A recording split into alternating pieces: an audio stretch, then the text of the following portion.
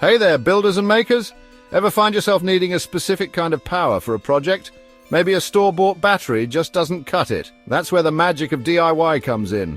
We're going to dive into the world of building your very own 12-volt lithium-ion battery. Trust me, it's easier than you might think. Why go through the trouble?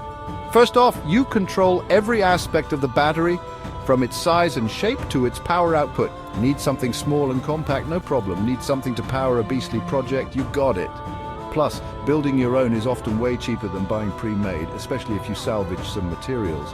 But the best part, that feeling of accomplishment when you flip the switch and your creation comes to life. There's nothing quite like it. So, are you ready to ditch those off-the-shelf batteries and unleash your inner electrical engineer? Let's get started.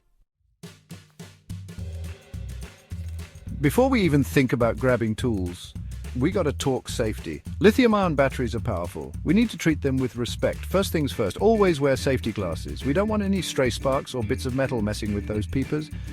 Next up, gloves. And not just any gloves, we want thick, insulated ones. Remember, electricity is involved and we want to keep those fingers safe and sound. Also, good ventilation is key. Working outside or in a well-ventilated area will keep any fumes away. Finally, always have a fire extinguisher nearby. I know, sounds scary. But it's always better to be safe than sorry. Lithium-ion batteries can be fire hazards if not handled properly. Remember, safety always comes first. By taking these precautions, we can focus on the fun part, building. All right, safety gear on? Check. Now let's talk components. First up, the stars of the show, lithium-ion cells. These are the heart of your battery, storing all that juicy electrical energy. You can get them online or salvage them from old laptop batteries. Make sure they're in good condition.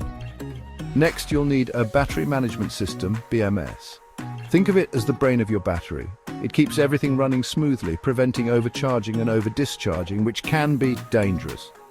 You'll also need some wires and connectors to hook everything up, nickel strips for cell connections, and an enclosure to house your battery safely and securely. A plastic box or even a 3D printed case will do the trick. Finally, grab your trusty tools, a soldering iron, some solder, a multimeter for testing, and maybe even a spot welder if you're feeling fancy. It makes connecting those cells a breeze. With all your components gathered, we're ready to get our hands dirty.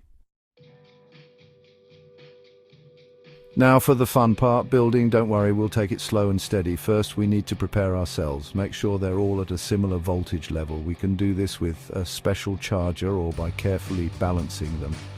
Once balanced, we can start connecting them in series and parallel to achieve the desired voltage. 12 volts in our case, and capacity. Nickel strips and a spot welder are your best friends here. Next up, we integrate the BMS. This involves connecting it to the cells with wires and configuring it according to the manufacturer's instructions. Remember, the BMS is crucial for safety, so no cutting corners here. Once everything is wired up, it's testing time. Use your multimeter to check the voltage and ensure everything is working as it should. Finally, carefully install your battery into its enclosure. And there you have it, your very own custom-built 12-volt lithium-ion battery ready to